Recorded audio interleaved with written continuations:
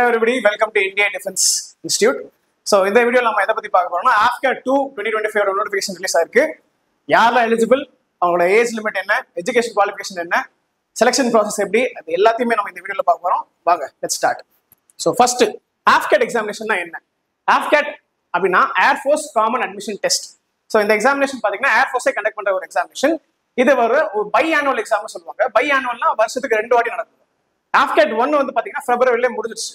AFCAT 1 2025 பிப்ரவரியில முடிஞ்சிருச்சு. AFCAT 2 வந்து பாத்தீங்கன்னா ஆகஸ்ட் 23, 24, 25 வந்து நடக்க போகுது. ஸோ இந்த எக்ஸாம்பிள் யாரெல்லாம் எலிஜிபிள், அவங்க ஏஜ் லிமிட் என்ன, எஜுகேஷன் குவாலிஃபிகேஷன் என்ன, இந்த எக்ஸாம் ப்ராசஸ் என்ன, இந்த செலக்ஷன் எப்படி நீங்க வந்து ஒரு ஏர்ஃபோர்ஸ் ஆஃபீஸர் ஆகலாம், இல்ல ஒரு பைலட் ஆகலாம் ஏர்ஃபோர்ஸ்ல அப்படின்றத நம்ம வந்து பார்க்கலாம். Let's start.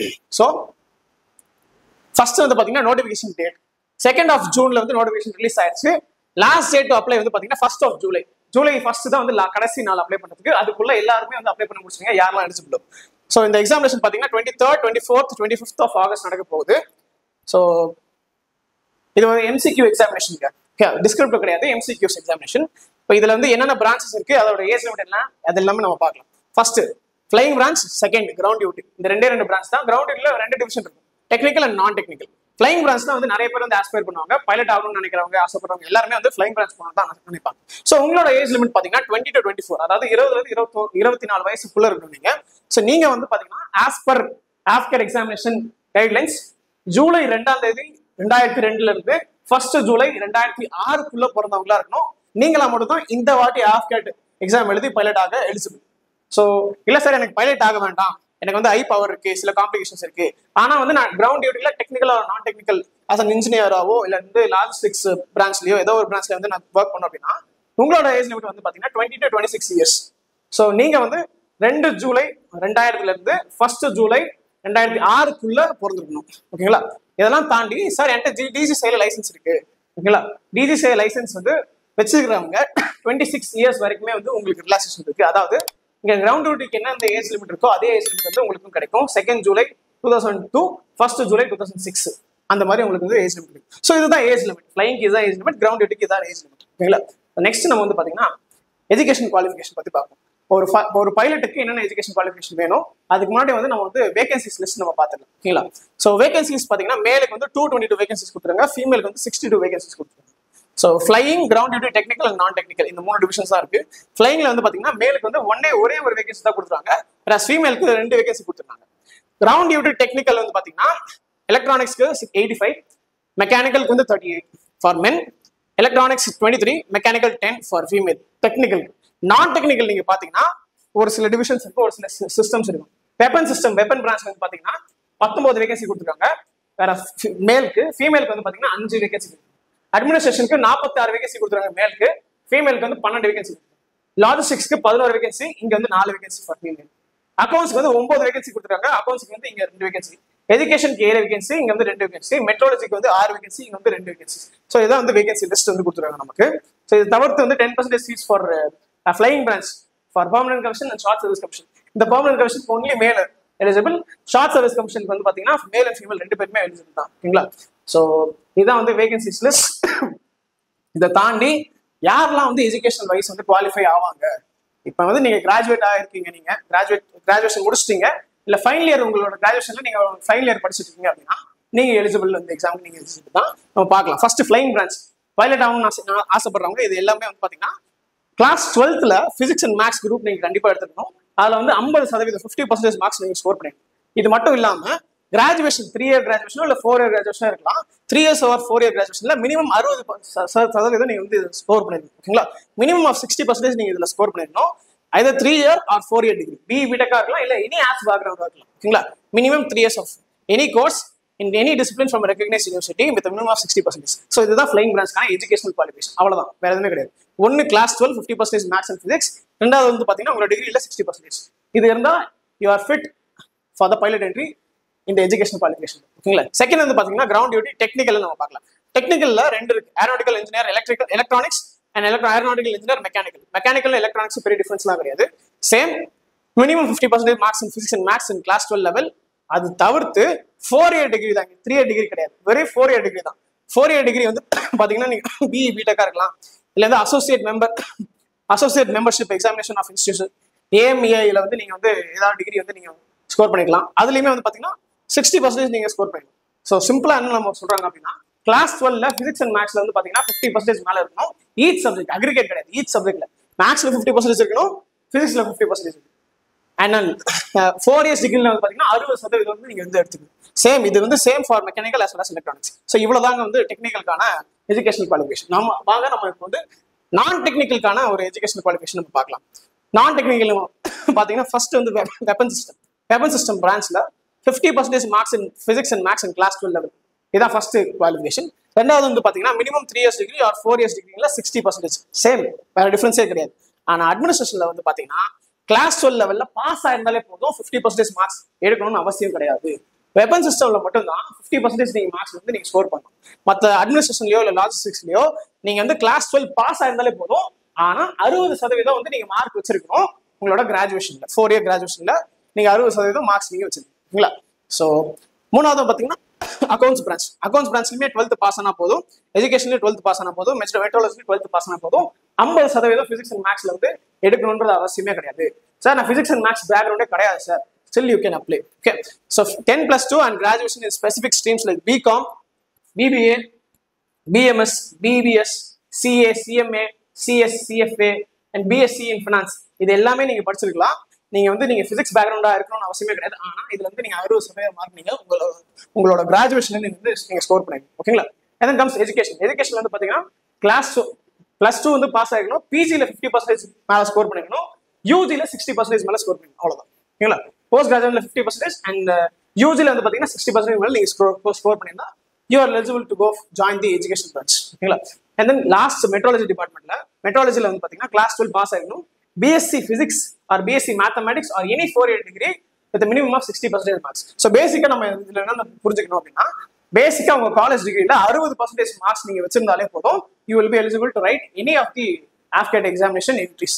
ஐதர் ஃபிளையிங்கா இருக்கலாம் இல்ல கிரவுண்ட் டியூட்டி டெக்னிக்கல் நான் டெக்னிக்கலா இருக்கலாம். கண்டிப்பா உங்களுக்கு வந்து 60% உங்களோட கிராஜுவேஷன்ல தேவைப்படும். ஓகேங்களா. ஸோ அடுத்து என்ன நம்ம பார்க்கலாம், இந்த ஸ்டெப் எப்படி ஆஃப்கேட் எக்ஸாம் எப்படி என்னென்ன கோர்சஸ் இருக்கு, என்னென்ன வந்து அடுத்த ஸ்டெப்ஸ் நம்ம பார்க்கலாம். செலக்ஷன் ப்ராசஸ்ல ஃபர்ஸ்ட் இருக்கிறது ரிட்டன் எக்ஸாமினேஷனோட மெத்தட் என்ன, அதோட சிலபஸ் என்ன நம்ம பார்க்கலாம். ரிட்டன் எக்ஸாம் கிளியர் பண்ணதுக்கு அப்புறம் ஏஎஃப்எஸ்பி இன்டர்வியூ, எஸ்எஸ்பி இன்டர்வியூ சொல்லுவாங்க. ஏர்ஃபோர்ஸ்ல வந்து ஏஎஃப்எஸ்பி சொல்லுவாங்க, ஏர்ஃபோர்ஸ் செலக்ஷன் போர்டுன்னு சொல்லுவாங்க. அண்ட் தென் இது முடிச்சதுக்கு அப்புறம் இது கிளியர் பண்ணதுக்கு அப்புறம் மெடிக்கல் டெஸ்ட் சொல்லுவாங்க. மெடிக்கல் டெஸ்ட் லாஸ்ட் ஃபைனலா வந்து பாத்தீங்கன்னா மெரிட் லிஸ்ட்.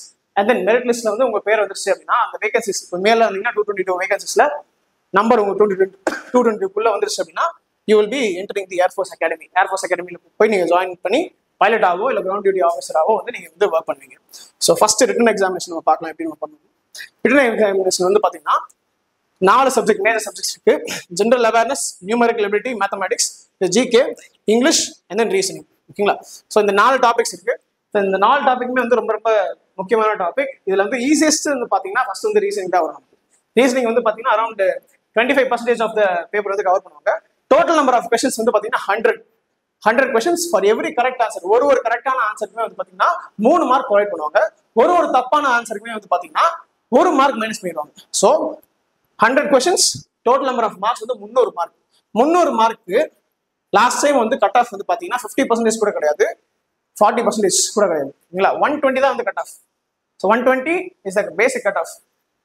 120 நீங்க எடுத்தாலே நீங்க எக்ஸாம் கிளியர் பண்ணிட்டீங்கன்னு அர்த்தம். நீங்க எக்ஸாம் கிளியர் பண்ணா நீங்க 120 லாஸ்ட் டைம் நீங்க எடுத்தீங்க, நீங்க கிளியர் 121 இஸ் கட் ஆஃப். ஓகேங்களா. ஸோ நெக்ஸ்ட் டைம் வந்து கட் ஆஃப் இன்க்ரீஸ் ஆகலாம் டிக்ரீஸ் ஆகலாம். அது வந்து எக்ஸாமோட டஃப்னஸ், பேப்பரோட டஃப்னஸ் பொறுத்து இருக்கு. ஸோ ஜெனரல் அவேர்னஸ் ஜிகே வந்து 25%, numerical ability 20%, English or verbal வந்து பாத்தீங்கன்னா வந்து 30% வந்து நம்ம கேட்கறாங்க அவங்க. அந்த ரீசனிங் அண்ட் மிலிட்டரி ஆப்டிடியூட் வந்து 25% கேட்கறாங்க. மேத்தமெட்டிக்ஸ் 20%, ஜிகே வந்து 25%. ஸோ இதுதான் வந்து 4 மேஜர் டாபிக்ஸ் ஆஃப்கேட் எக்ஸாமுக்கு. ஸோ இதோட சப் டாபிக்ஸ் என்னன்னு நம்ம பார்க்கலாம். இங்கிலீஷ்ல வந்து பாத்தீங்கன்னா என்னென்ன கொஸ்டின்ஸ் வரும், என்னென்ன டாபிக்ஸ் நம்ம படிக்கணும். காம்ப்ரிஹென்ஷன், ரீடிங் காம்ப்ரிஹென்ஷன் நம்ம ஸ்கூல்ல இருந்து எல்லாமே நம்ம படிச்சிருக்கோம் ரீடிங் காம்ப்ரிஹென்ஷன் சொல்லிட்டு. ஓகேங்களா. ஸோ அது ரொம்ப ஈஸியா இருக்கும். அப்புறம் டிடெக்ட் எரர் இன் சென்டென்ஸ், ஒரு சென்டென்ஸ் கொடுத்துட்டு அது என்ன தப்பு இருக்கு, எது கரெக்டா இருக்குன்னு சொல்லிட்டு கேட்பாங்க. And sentence completion, fill in the blanks, fill in the correct word, synonyms, antonyms, meanings and opposites, close comparison or close test சொல்லுவாங்க. அதுவுமே ஒரு பேராகிராஃப் கொடுத்துட்டு fill in the blanks மாதிரி கேட்பாங்க.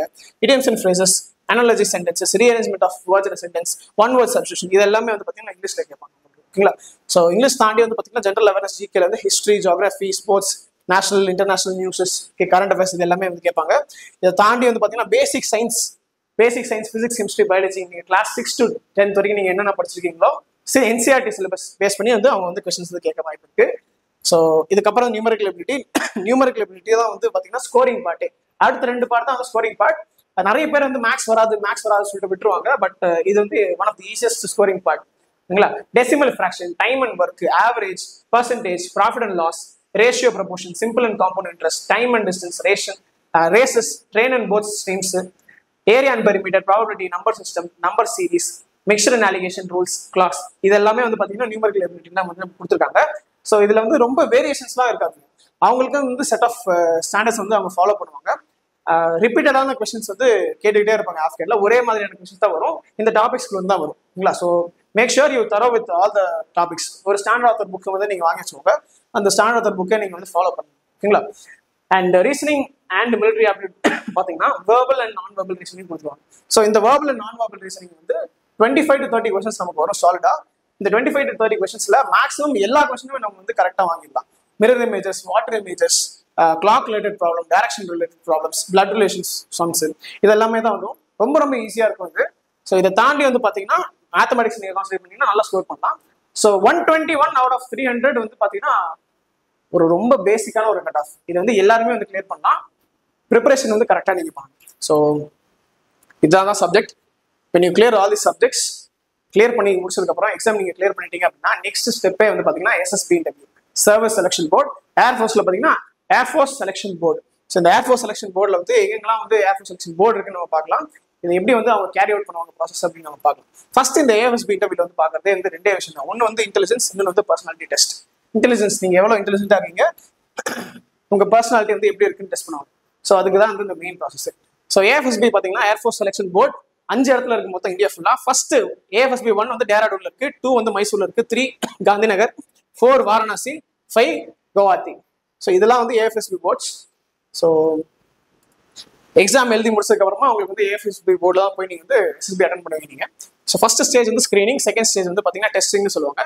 ஸ்கிரீனிங் வந்து பார்த்தீங்கன்னா OIR டெஸ்ட் அண்ட் PPDTன்னு சொல்லுவாங்க. OIRனா officer intelligence rating test. So 2 booklet கொடுப்பாங்க. அந்த 2 புக்லெட்டுமே வந்து நீங்கள் ரீசனிங் நீங்கள் சால்வ் பண்ணல, நான் வேர்பல் அண்ட் வேர்பல் டெஸ்டிங் அதே மாதிரி ஒரு செட் ஆஃப் கொஸ்டின்ஸ் வந்து நீங்கள் சால்வ் பண்ணுற மாதிரி இருக்கும் to test your intelligence. Second வந்து பார்த்தீங்கன்னா picture perception and description test. இல்லை, ஸோ இந்த PPNDTல வந்து பார்த்தீங்கன்னா நீங்கள் வந்து you will be given a story to right. You have to look at the picture. ஒரு படத்தை பார்த்து நீங்கள் வந்து கதை எழுதணும், அந்த கதையை நீங்கள் நரேட் பண்ணணும், அதே கதையை வந்து நீங்கள் குரூப்ல டிஸ்கஸ் பண்ணணும். ஸோ இது எல்லாமே வந்து PPDTல வந்து கொடுப்பாங்க உங்களுக்கு. ஸோ இதை டெஸ்ட் பண்ணி நீங்க எப்படி பர்ஃபார்ம் பண்றீங்க அஸ் அ குரூப்பா இல்ல ஒரு இண்டிவிஜுவலா நீங்க எப்படி பர்ஃபார்ம் பண்றீங்கன்னு பார்ப்பாங்க. அதை பேஸ் பண்ணி தான் உங்களுக்கு ஸ்டேஜ் 2 வந்து கூட்டிட்டு போவாங்க. ஓகேங்களா? ஸ்டேஜ் 1 வந்து ஸ்கிரீனிங், ஸ்டேஜ் 2 வந்து டெஸ்டிங். டெஸ்டிங்ல தான் உங்களோட சைக்காலஜி எப்படி இருக்குன்னு டெஸ்ட் பண்ணுவாங்க, உங்களோட வந்து கிரவுண்ட் டாஸ்க் எப்படி இருக்கு டெஸ்ட் பண்ணுவாங்க, பர்சனல் இன்டர்வியூ கண்டக்ட் பண்ணுவாங்க. and then comes conference. லாஸ்டா வந்து நீங்க ஒரு பைலட் என்ட்ரிக்கு வந்து அவைல் பண்ணியிருந்தீங்க அப்படின்னா CPSSன்னு ஒரு test, pilot entry test. So அதுவுமே வந்து கண்டக்ட் பண்ணுங்க. ஸோ சைக்காலஜியில் வந்து வேரியஸ் TAT, VAT, SRTs இதெல்லாமே வந்து ஃபியூச்சர் வீடியோஸ்ல நான் வந்து எக்ஸ்பிளைன் பண்ணுவோம். ஸோ இதுதான் வந்து செகண்ட் ப்ராசஸ். எக்ஸாமினேஷன் முடிச்சதுக்கப்புறம் AFSB நீங்கள் கிளியர் பண்ணிட்டீங்க அப்படின்னா மெடிக்கல்ஸ் இருக்கும். மெடிக்கல்ஸ் கிளியர் பண்ணிட்டீங்க அப்படின்னா மெரிட் லிஸ்ட்ல உங்களோட பேர் வந்துடும். ஸோ 222 வேகன்சிஸ் வாடி நீங்கள் அதுக்குள்ள நீங்கள் ரேங்க் செக்யூர் பண்றீங்க அப்படின்னா you will be an officer in our force. Okay, so இதுதான் அதோட pay rank structure. Lieutenant, captain, major இதெல்லாம் வந்து ஆர்மியோட ரேங்க் ஸ்ட்ரக்சர். இதோட ஈக்குவலன்ட் ரேங்க்ஸ் தான் வந்து பார்த்தீங்கன்னா ஏர்ஃபோர்ஸ்லேயும் இருக்கும். சேம் பே அமௌண்ட் தான் வரும். ஃபர்ஸ்ட் வந்து பார்த்தீங்கன்னா லெவல் 10 பே 5600 to 1,77,500. இதான் வந்து ஃபர்ஸ்ட் பேங்களா. ஸோ இது வந்து எக்ஸ்டெண்ட் ஆகும். ஸோ 2,50,000 வரைக்குமே வந்து எக்ஸ்டெண்ட் ஆகும் ஃபார் ஏர்ஃபோர்ஸ் ஆல்சோ. சேம் பே தான் ஆர்மி, நேவி, ஏர்ஃபோர்ஸ் மூணுக்குமே வந்து சேம் பே தான் வரும் நமக்கு. ஸோ சேலரி ஸ்ட்ரக்சர் இதுதான். ஸோ இதை தாண்டி வந்து பார்த்தீங்கன்னா மெடிக்கல்ஸ் வந்து நிறைய கண்டிஷன்ஸ் வந்து பார்ப்பாங்க. மெடிக்கல்ஸ்ல வந்து பார்த்தீங்கன்னா knock knees, flat foot, colour blindness, so இந்த மாதிரியான ஒரு ஃபீச்சர்ஸ் எல்லாமே வந்து செக் பண்ணுவாங்க. கேரியிங் ஆங்கிள் செக் பண்ணலாம் கையில். நிறைய பேருக்கு வந்து இது தெரிய மாட்டேங்குது, கேரி ஆங்கிள்னா என்ன அப்படிங்கிற மாதிரி கேட்பாங்க. ஸோ அப்கமிங் வீடியோஸ்ல இதை பற்றிலாம் நம்ம வந்து கண்டிப்பாக பேசுவோம். ஸோ இதுக்கப்புறம் இது வரைக்கும் நீங்கள் வந்து அப்ளிகேஷன் ஃபார்ம் ஃபில் பண்ணல அப்படின்னா கண்டிப்பாக போய் சீக்கிரமாக ஃபில் பண்ணுங்க. For more videos, subscribe and follow us. Thank you. Jai Hind.